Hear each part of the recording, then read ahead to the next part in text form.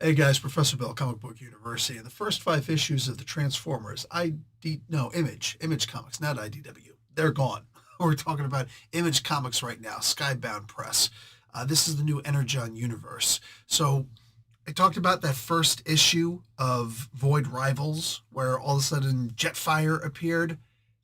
Very cool because reading this first issue of Transformers alone, it let me understand why he was there, more specifically, what he was doing.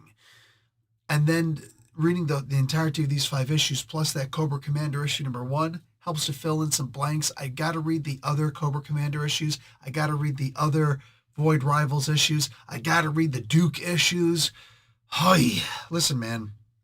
I am not going to be reading every freaking comic book that Skybound is putting out. That's not going to happen. But they're making a really strong case so far. Also, I'm going to sound really weird, or at least I sound weird to myself because the bronchitis, it's messing with me, and I only hear mumbles out of my left ear, which is really messed up since I'm already a little hard of hearing to begin with. So it's actually making me angry just hearing my own voice that I can't hear properly. Anyway, so if I sound weird, that's why.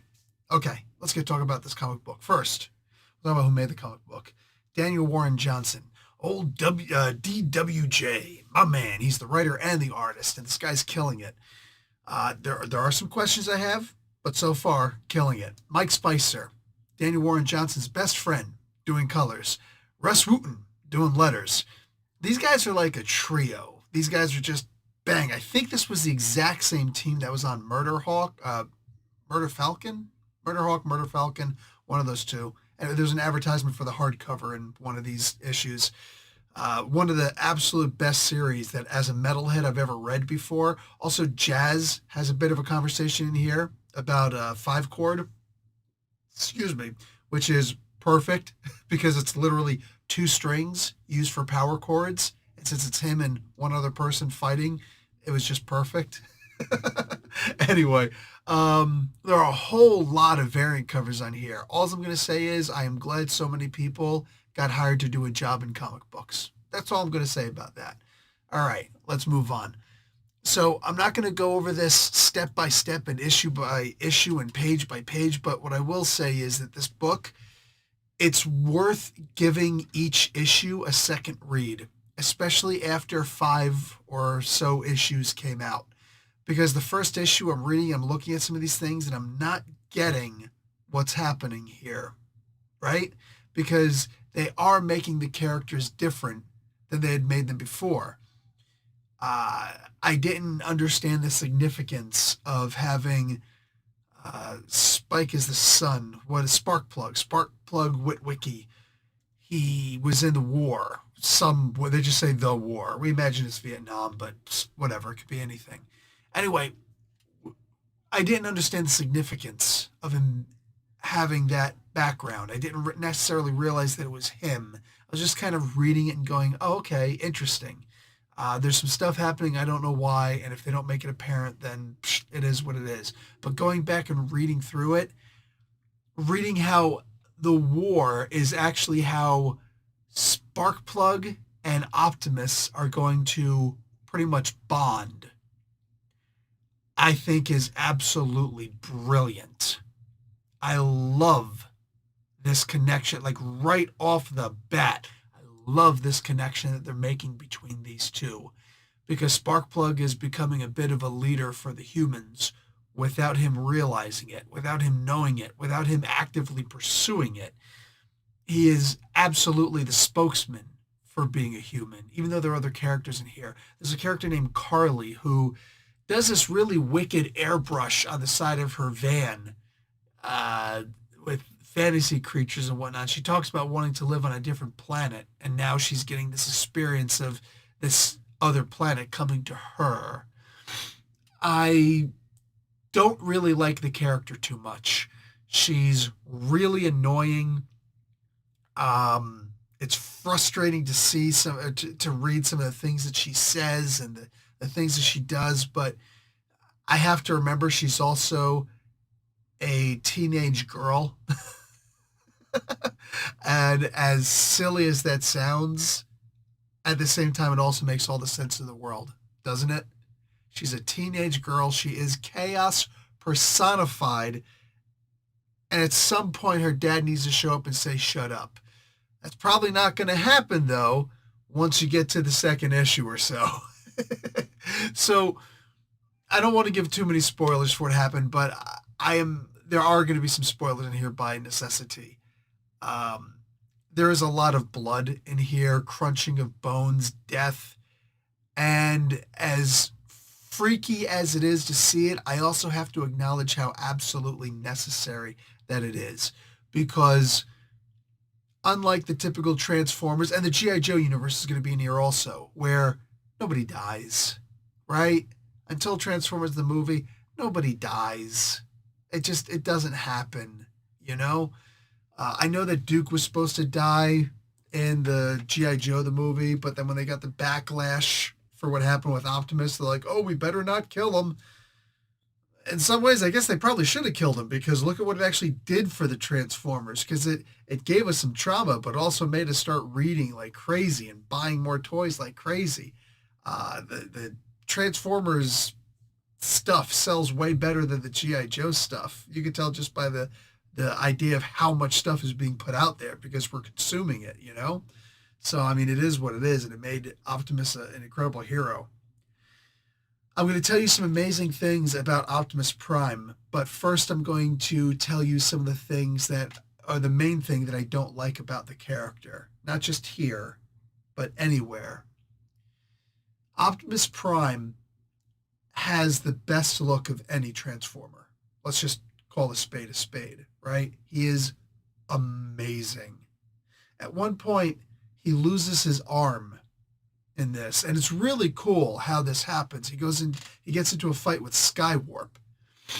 Skywarp uses his skywarping technology, his teleportation technology, in a very interesting way. He throws a punch and kind of like Spot from, is it Spot? I think it's the Spot from Spider-Man, the guy with, he's all white, but he's got the black all over him. He was in that Miles Morales movie, the second one. He throws a punch, does a little warp technology square in front of him, punches through it, and then winds up grabbing the back of Optimus's head and throwing him down to the ground. Like, that's awesome. That's awesome to be able to use this ability in the way that he does. As far as the Seekers are concerned, right? We're talking about the jets in the Decepticons. The Seekers, Starscream has always been the most powerful. He's got his cluster bombs, which will scatter anyone and anything, and also his I think they're photon shots. I forget what they are, but whatever they are, his guns, ridiculously powerful, right? And he's an aerial combatant and everything. Thundercracker was always the second strongest because he's ridiculously tough. He's got a hull, like an exterior like nobody's business, right? For a jet fighter, that's really impressive. He also has he's also got, like weapons and all this stuff, but he can open his exhausts in a way that actually, like, cause everybody to freak out. Like, I can't hear anything. The screeching, this noise, it's terrifying, it's demoralizing, and it actually stuns the enemy. So just being a pure airborne tank makes him impressive as anybody's business. I would say that Blitzwing would be a tougher tank type jet than him, but only because because Blitzwing's third transformation is actually as a tank. So, but he's not nearly as maneuverable as Thundercracker is. The third would always have to be Skywarp, because he's just a monster. Like the way that he can move, the way he can teleport, show up behind you, in front of you, head on, like really cool. Why do I go into all of this stuff without even bothering to go into Thrust, Dirge, and Ramjet? Ramjet probably has the third most powerful hull as far as a jet would go, except for the fact that he keeps on damaging his nose every time he does it. It's more of the idea that he's dumb, and that's the thing that he does, as opposed to he can take it. It's more dumb than take it. Anyway, I say this because Skywarp actually kicks some serious butt. He goes toe-to-toe against Optimus Prime, and it's more than just him. Plus, he loses pretty badly up until the point where the humans interject. Now, where the humans are getting freaking RPGs and stuff like this is Russian technology. Okay. I know that Daniel Warren Johnson has gone to military museums and stuff like that, and that's awesome. I'm really happy that he takes an interest in military history. I've never seen anything that shows that he's actually been in the military. Maybe he has, I don't know. But I will say that he takes certain liberties with the military that absolutely comes from the movies. The idea of once the shooting starts, I guess if you're a fresh soldier, you've only had your basic training and you go out there and you wind up getting, into some kind of a firefight, right? Sure, you can absolutely lose your cool. But there's usually somebody there to put you to the ground if you're going to start to get out of control. You know what I'm saying? There is an order of operations. Just look at the standard, the SOP, the standard order of operations. We do have ways to handle things like this. It is what it is. But all that being said, his take on the military is interesting, and I do think he takes more of the cinematographic whatever approach to it, but it usually errs on the side of positivity and the idea that it's going to contribute to the story in a positive way as opposed to show them as all being psychos. I don't know where he stands on the Second Amendment, but I will say this. You get to see some of the pros and cons of people believing strongly and firmly in the Second Amendment in this. Without it necessarily getting political, it was brought to us. I didn't come in here with any of this. It was brought to us face to face, right? A whole bunch of people who have guns and the idea that guns are going to be used. Some liberties were taken, right? Somehow we can't see this big gigantic robot doing some crazy stuff behind us. We can't see this robot trying to save us, but we can see that, oh, my son has been hit by a single stray human bullet from far away and whatnot. That's a bit much to ask, but okay, sure. All that being what it is, Daniel Warren Johnson, he really shows how evil the Decepticons are, specifically under Starscream's leadership here. When you see the Decepticons as a whole cannibalize one of their own in order to make some of their others show up. Like, I have to spoil this. They cannibalize the injured Skywarp. And one of the Transformers that they bring back is actually Thundercracker. There's actually a good reason for that, and I explained it. He is a lot tougher than Skywarp. Skywarp is more of the infiltrator. He's really good if he can surprise you, which he often does. But in one-on-one combat, you're always going to take Thundercracker over Skywarp, you know? Too much talking is causing congestion to come back. Apologies, guys, for being sick. Anyway, they do a serious number on Optimus, though, and at one point, he finds Megatron's arm, his right arm, and yes, the fusion cannon, and he uses them, and he replaces it with his own. Now, I don't know how he's still able to transform like this. This comes across like the newer movies with the cybertromium or the transformium, whatever they called that metal that they use, transform, whatever.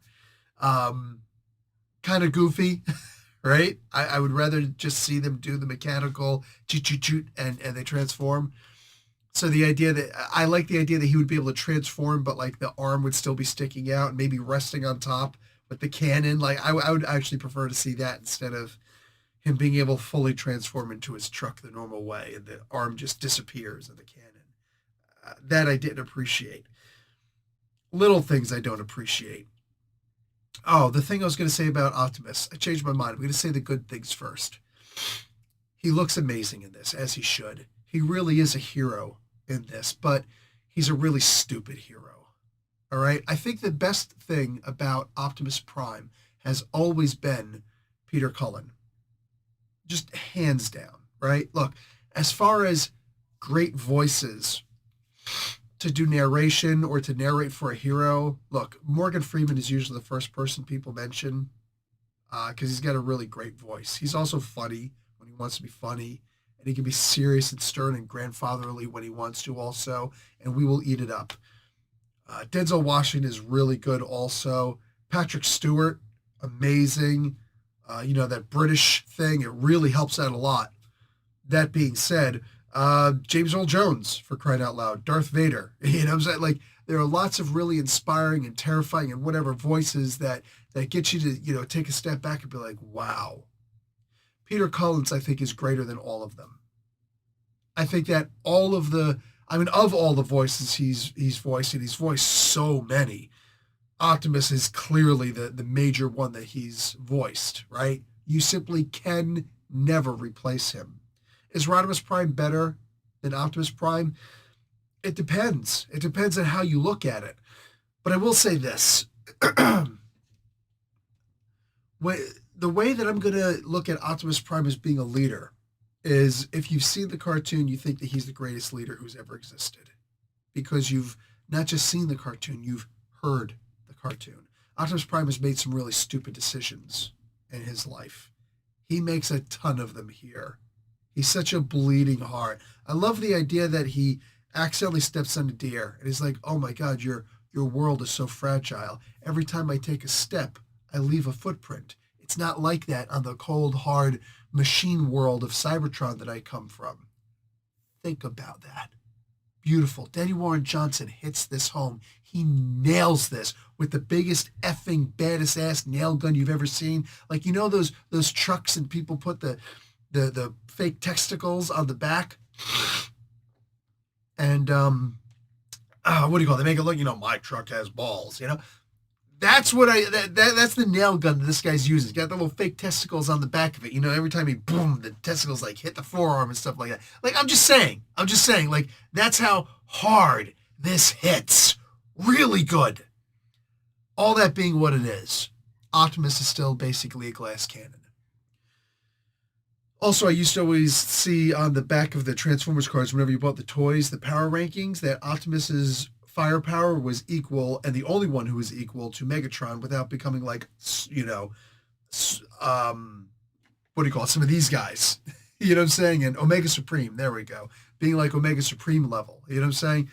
You had to be one of those gigantic things in order to equal Megatron and Optimus's power. Here, they show that clearly Megatron's fusion cannon is more powerful than Optimus's rifle. So, in this world, that part is cleared up. Good. I actually think that's a good thing. I actually like the idea of that.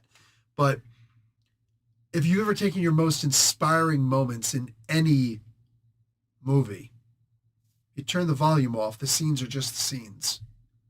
It would be better if we could actually take the soundtrack out, the score, remove it, right?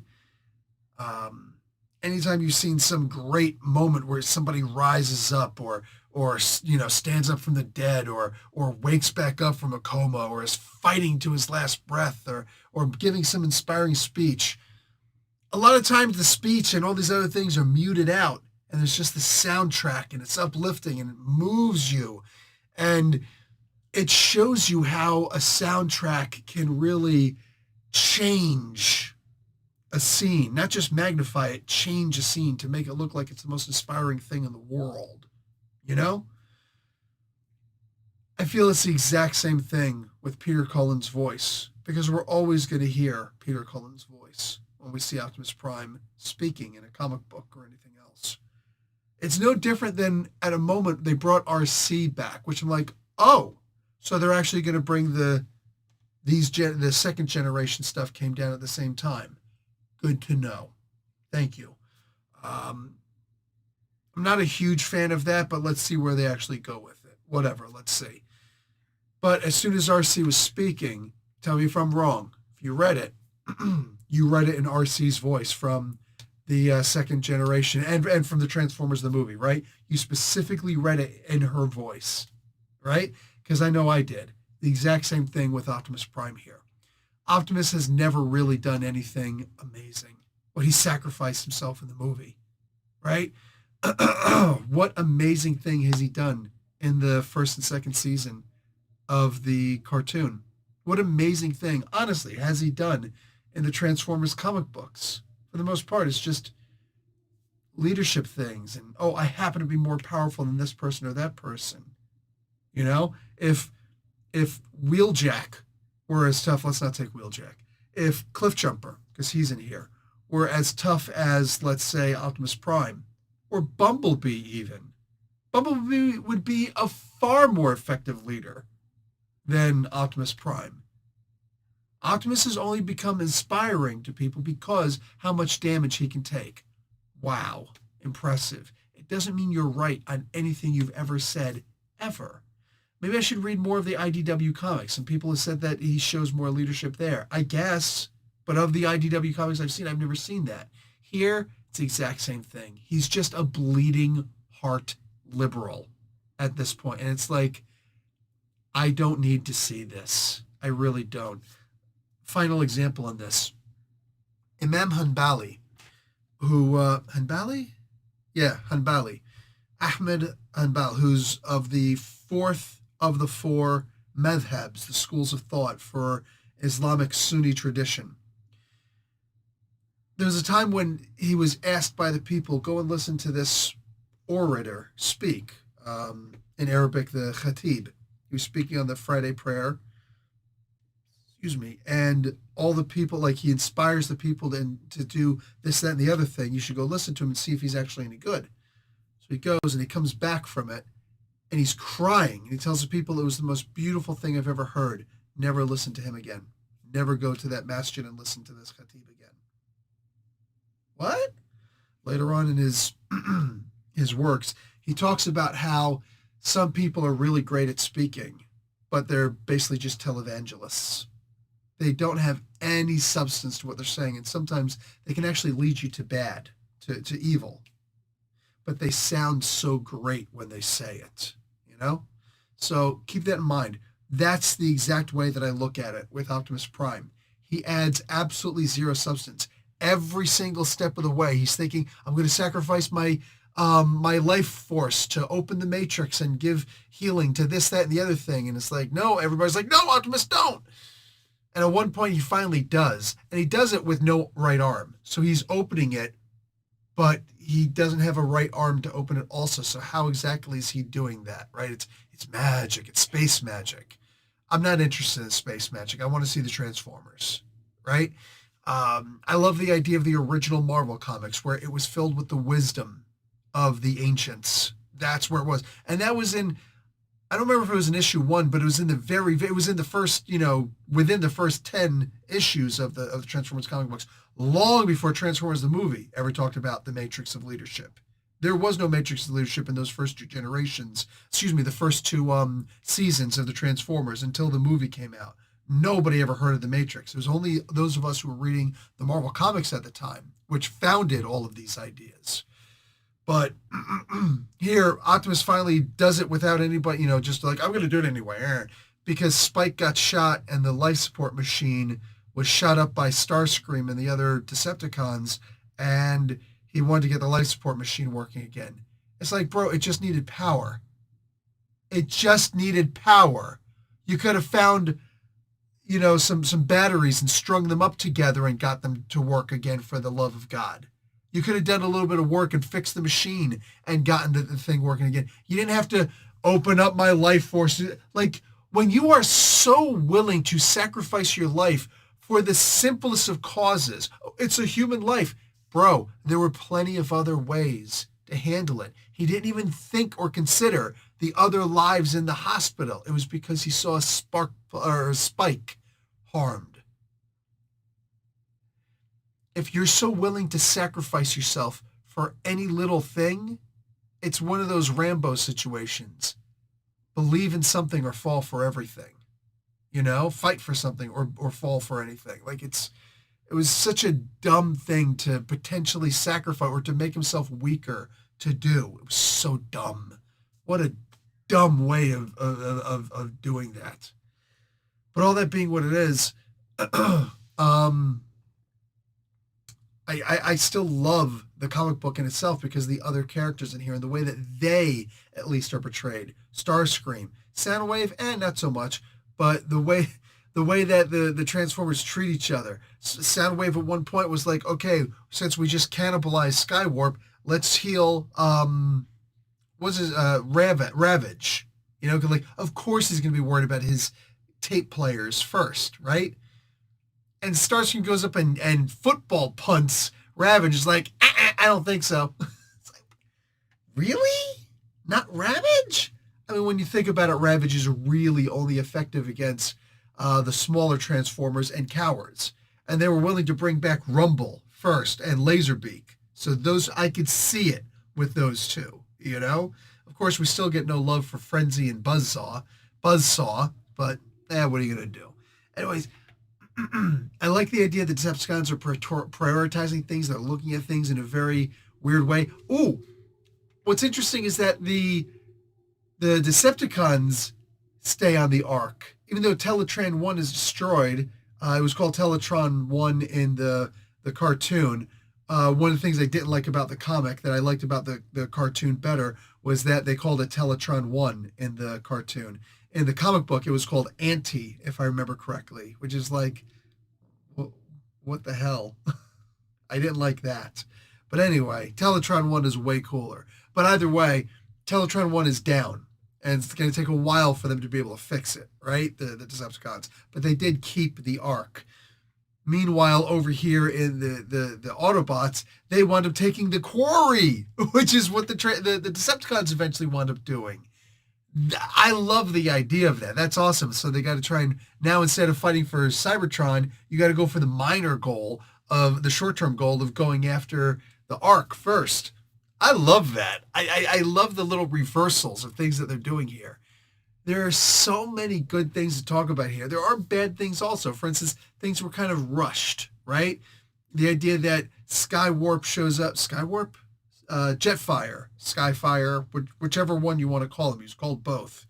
But Jetfire, definitely the cooler name, shows up and he's like, oh, my friend Starscream, and then almost immediately gets shot. Starscream's immediately like, and stuff. I do like the idea that Jetfire resurrected him first, revived him first, because he was his best friend for a long time. But 200 years of transpired, and he wasn't familiar with the Cybertronian wars and stuff like that. So it does give you a timeline, right? Just a little bit of a time frame, because 200 years ago, no wars.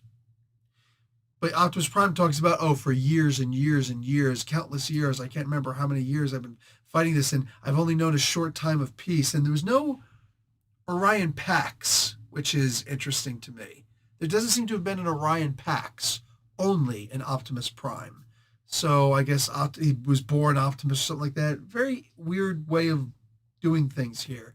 Some things you don't need to change. Some things you could just modify a little bit, right? But either way, it is a very new take. I love seeing Duke showed up in this at one point. Again, with the blood and the carnage and whatnot. Duke actually went 2-on-1 against Starscream and survived. By the way, that was a flare gun that he used. Some people, probably look at that and be like, what kind of gun was that? It's a flare gun. No other gun would have worked against them. But like, so cool the way that so many of these things have been done, the way that they approach this. The art, also DWJ. It's Daniel Warren Johnson. I don't know what to say. It's perfect for almost every single comic book out there, including this one. When you're doing a Transformers comic book, love it. I love the way that this is happening. I like all of this stuff is just hitting every single note for the most part that it needs to keep me invested, to keep a smile on my face. Like I said, to want to reread these comic books. I might just skim through these again, but I have to go back and read the Void Rivals one, because like Shockwave appears in there apparently, according to one of the covers. It's one of my favorite Transformers. I love them. Not because of the stupid cartoon, but because of the amazing Marvel comic books that made it like, oh my God, Got to go back and read these Void Rival stuff. I also got to read Duke and continue with Cobra Commander. I almost said Cobra Kai. What a cool crossover that would be, right? There is so much to love about these comics that all the couple of things that I said that are kind of like, it's okay. Seriously, I feel like you're just going to read this stuff and be like, oh, that's the stuff Bill was talking about. Yeah, agreed, or disagree, or whatever. If you disagree, you're just going to love the comic even more, you know? Read this comic, though, and I'm just like, I'm loving this. I'm loving the stuff that I'm reading here. This is so good. I still need to see how Megatron got from where he apparently was to obviously where he was to where he is now. Go read Cobra Commander, issue number 1 for that. I still need to see how exactly that happened. I'm sure Cobra Commander will explain it. Maybe they already explained it in issue number 2. We'll see. But so far, so good. Really fantastic stuff. I'm enjoying the heck out of all of this. Guys, for all intents and purposes, you should absolutely be reading this Energon universe. And my voice is telling me that it's almost time to get the heck out of here. I should go before I'm hoarse. But make sure you check out my Kickstarter that is going to be starting this Friday, the 1st of March. I have finished 2 entire books, one on traps for role-playing games and one on riddles for role-playing games. They are fantastic. They are interchangeable with any and every role-playing game out there. If you are a tabletop role player or you just like to read stuff like this in the fantasy universe, I've got my own art in here. The pages, they're like, this is a wonderful book, and it is like numbered and it's professional as all get out, right? Like it is a book that I think that you guys are going to, 2 books that you're going to love. Anyway, that Kickstarter is going to start this Friday. I'll have links in my videos, descriptions, and comment section, all that other good stuff. After that, I'll talk to you guys later. Like the video, watch an ad. Professor Bell, Comic Book University. Class dismissed.